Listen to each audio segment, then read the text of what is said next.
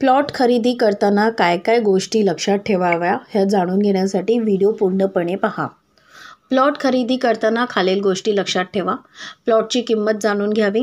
Plot विक्रेत्याचा मालमत्तेवर पूर्ण अधिकार आहे का ही नाही ह्याची पडताळणी करावी. मालमत्तेशी संबंधित कोणतेही भार, वाद किंवा प्रलंबित कायदेशीर समस्या आहेत का ते तपासावे. जमिनीचा वापर तपासावा. प्लॉट खरेदी करण्यापूर्वी नेहमी 2-3 रिअल इस्टेट डीलर्सचा सल्ला घ्यावा.